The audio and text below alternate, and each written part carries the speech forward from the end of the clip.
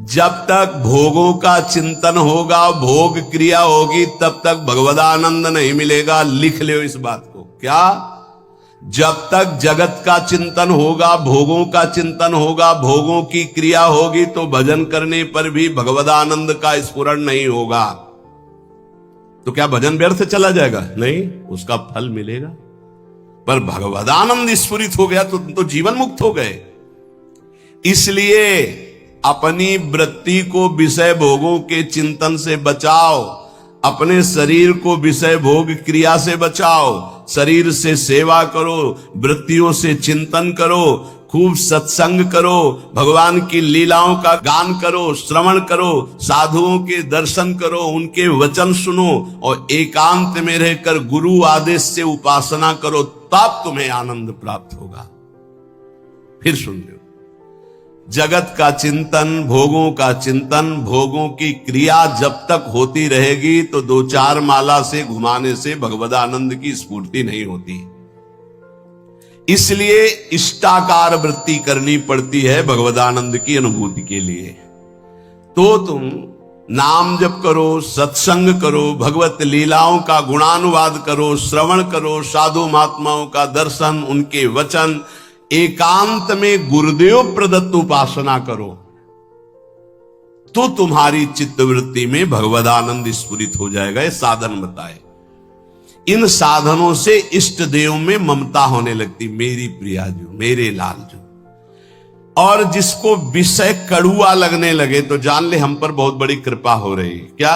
अब मुझे नहीं चाहिए, नहीं चाहिए, अंदर से जिद आ जाए, मुझे नहीं चाहिए। जैसे कोई किसी को बमन दिखावे तो घृणा हो जाए, नहीं। ऐसे जब तुम्हें रमा बिलास राम अनुरागी, तजत बमन जिम जन बड़भागी। बड़भागी महाभागवत वैष्णव जन हर भोग को वमन की घृणा की बुद्धि से देखते नहीं। जब आप ऐसे चलेंगे तो विषय भोग आपको घृणास्पद लगने लगेंगे। नहीं, जी, अंदर से आने लगेगा। नहीं, अभी अमृत जैसा चिंतन होता है। जब अमृत जैसा चिंतन प्रभु का हो और विष जैसा चिंतन संसार के भोगों का हो। ब्रह्मादिक के भोग सब विष सम लागत ताई। विष सम, जैसे बढ़िया खीर, रबड़ी, गुलाब जामुन सब बना रखा, कान में कोई विश्वास पात्र आदमी आके दे, भाई हमें संशय है इसमें जहर मिलाया गया, अब एक कवल खा के दिखाओ, आप डर जाओगे। ऐसे ही महापुरुष कह रहे हैं हर विषय में आसक्ति रूपी जहर है, मत भोग, ये जहर जन्म जन्मांतर बढ़ता चला जाएगा। इष्ट देव की अनुभूति, रूप दर्शन, साक्षात्कार उसी को होता है जो विषयों के भोगों में ऐसी अरुचि हो जाती, विषवद, बमनवत, मलवत। ये उसी को होती है जो निरंतर नाम जप करता है, सत्संग सुनता है, भगवत लीला गुणानुवाद गायन करता है, श्रवण करता है, साधु दर्शन करता है, एकांत देश में गुरु प्रदत्त उपासना करता है। प्रेम मार्ग में चलने वाले उपासक को ना माया पर विचार करना है, ना प्रारब्ध पर विचार करना है। प्रारब्ध ज्ञानियों का होता है, माया पर विचार करने के लिए विवेक चाहिए। तुम्हारे लिए एक ही स्थान है, नाम जप। माया कैसी? हरि जाने, प्रारब्ध हरि जाने। अपने को क्या करना है? राधा राधा राधा राधा राधा राधा। महापुरुषों के वचनों को समझो। अपने उपास्य देव के नाम जप के सिवा प्रेम प्राप्ति के लिए और कोई भी बात सोचे ना।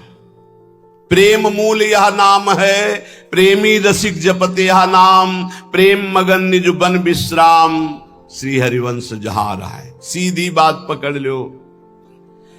प्रेम में यदि स्थिति प्राप्त करनी है तो नाम को पकड़ लो। प्रेम मूल यह नाम है, निरंतर नाम। जितना प्रेम बढ़ेगा उतने तुम्हें भजन में कमी दिखाई देगी, अपने में नीचता दिखाई देगी। ये प्रेम का लक्षण है। यदि कहीं प्रेम में विचार, माया, विवेक, प्रारब्ध, तो समझना चाहिए कि अभी प्रेम नहीं आया। प्रेम ये सब चिंतन करने के लिए समय नहीं देता। प्रेम मार्ग का पथिक तो बहुत ही निराला होता है। ऐसे जो निरंतर भजन में लगे हुए हैं वो प्रेमी गृहस्थ में रहते हुए भी बहुत बड़े महात्मा हैं।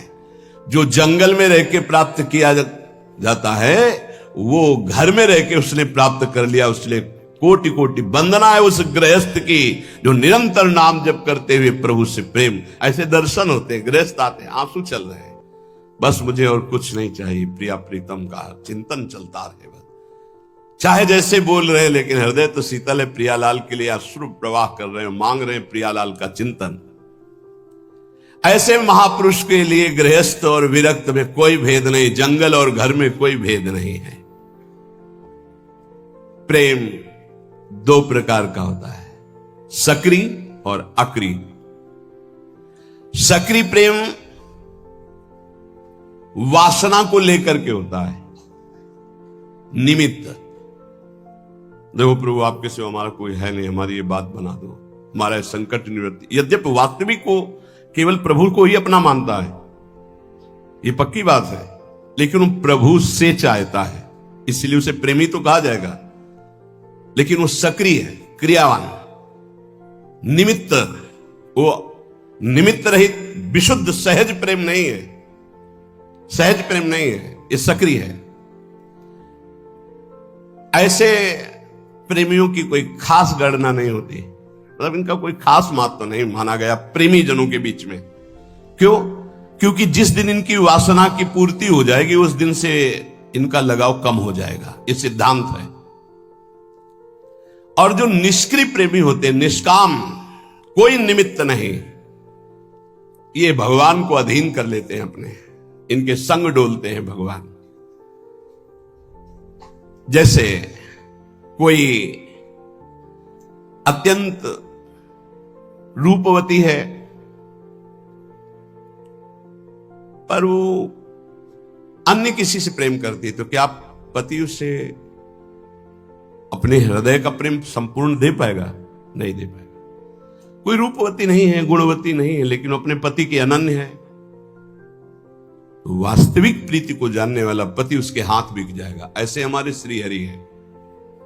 यदि आप कहीं अन्य भाव रखते हैं कि मेरा ये काम बन जाए, मेरा ये काम बन जाए, मेरा ये काम बन जाए, हरि को ही बचते हैं माना, तो हरि आपकी वो इच्छा की पूर्ति करेंगे पक्का। जो इच्छा करी हो मन माही, हरि प्रसाद कसे दुर्लभ नहीं, पर वो आपके अधीन होंगे नहीं, आप सौदा कर लिए हो।